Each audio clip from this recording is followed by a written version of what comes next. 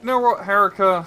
I think the Daedra get a little bit of a bad rap here in Mundus. I don't think that they're that bad. Oh, Rangru, I'm sure you're right. After all, who doesn't enjoy a bit of ritual sacrifice, mayhem, and general tampering with the natural order every now and again? All a matter of perspective indeed. Well, okay, look, they do some bad things, but at least they kind of push mortals to have a bit of challenge in life, you know? Oh, absolutely. Nothing like a good possessed potato to spice up your Tuesday afternoon. And let's not forget the undisputed fun of outrunning hordes of Daedra during one of their impromptu visits to our world. They should really consider entering the entertainment business. Yeah, but if we didn't have all of these, issues of having to deal with Daedra, which we don't have to do so anymore since the Oblivion Gate crisis, life would be kind of boring. Ah, so now they're life seasoning. A sprinkle of danger here, dash of existential dread there. You do know that you don't need to wrestle a clan fear or be tormented by a siren's call to lead an exciting life, right, Rangru? There are non-lethal spices in the market too. Just saying. Like what? Rangru, have you ever looked at the stars without worrying about Atronachs falling from the sky? Or maybe spent a quiet evening simply listening to the melodies at the local tavern? Or explored ancient ruins, not for Daedric artifacts, but just for the sake of it?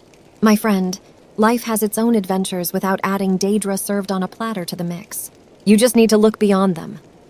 Yeah, but at least with the Daedra, we have the ability to interact with divine beings. The Age were just kind of pissed off. Ha! If by interaction you mean getting tricked into becoming their plaything for eternity. Let's not romanticize this, Rangru. You may perceive a banishment from the Aedra as them being pissed off. I'd call it setting boundaries. They're basically saying, here, have a world, be, explore, grow. Isn't that better than being beckoned into signing over your soul for an ebony sword? Remember Dawnbreaker? Okay, but an ebony sword is pretty sick. Can we both agree on that? Well, I have to admit that an ebony sword isn't the worst thing you could end up with, but what's the fun in wielding it if you're stuck doing someone else's dirty deeds forever? I mean, can we add unlock free will to the enchantments, please? It would certainly sweeten the deal. Yeah, but sometimes, especially with like Mehrunes Dagon, right? Just the ability to spice things up and to force change in the road can actually lead to better long-term results. Oh, Mehrunes Dagon, the Lord of Change and Ambition. Spice things up, huh? It's not really spicy when the soup pot he's stirring is essentially our world on fire. Sure, it forces change. But wouldn't you agree there's a better way to bake bread than burning down the mill? Just a thought. Yeah, but sometimes you need to burn down the mill to make change happen, otherwise people just get content. Burning down the mill, Rangru? All right, let's say we do burn it. What happens next? The people starve because they can't grind their wheat. Is that the kind of change you're aspiring for? I suggest a more strategic approach where no one goes hungry. How about this? We convincingly weave tales of haunted mills, causing people to rethink traditional milling and push towards innovation. No fire, no famine, and everyone gets a good scare. Yeah, but unless there's like some sort of physical danger, most people just don't take it seriously, you know? Oh, so you only take me seriously when I wave my staff at you menacingly? Well, in that case, I better start practicing my sinister chuckle and my scary stare. Remind me to borrow a few drama tips from the Bard's college students, would you? Well, how do you think the world would look like if there weren't any Daedra? Oh, so a world sans Daedra then. Calm, peaceful. I'd probably never have had to cast a protection spell in my life. It might be just a tad boring. But wouldn't it be nice not having to check under your bed for Dremora before you sleep? I mean, I'm all for excitement, but there are certainly days when excitement doesn't entail facing off Daedric creatures.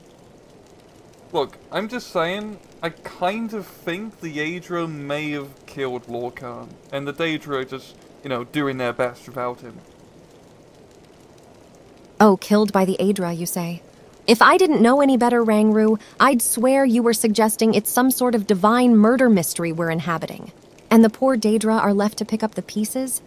Now, that's a tale even Maik the liar would find hard to spin. You have quite the imagination. But it makes sense, right? Lord Cardinal was the one who kind of, gave us the ability to start doing things, which is cool, and the Daedra probably didn't like that and just wanted to leave the road as is.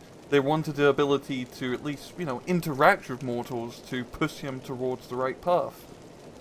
Well, aren't we getting philosophical today? The Daedra gave us freedom and the ability to goof up all on our own while the Daedra wanted to guide us. So, if I understand correctly, your argument is basically parents versus the cool uncle who lets you play with fire? Is that where we are with this discussion? Because last time I checked, playing with fire often ends in getting burned. Yeah, but you learn from getting burned, and sometimes you get a cool sword. A cool sword? Oh, please. Rangru, honey, let me tell you something. Life is not all about chasing enchanted weapons. What if I told you there's a different kind of cool that doesn't involve potential third-degree burns or endless quests? How about the cool involving peace, quiet, and maybe a glass of good Altmer wine? Now, doesn't that sound fun? Nah, I think I'd be pretty bored, especially as the main character. Oh, the mighty main character doing mundane things? Yes, I can understand how that might take away a bit from your reputation. After all, who would want to hear tales of the Argonian who drank wine and enjoyed peace and quiet when they could listen to tales of brave deeds against dragons and Daedra? How silly of me to suggest such a thing. Now you're starting to get it. Well, it only took an hour's worth of philosophical debate and a fair amount of sarcasm on my part. But look at us, finally finding common ground. Truly breathtaking. Let me take a moment to soak in the momentousness of this event.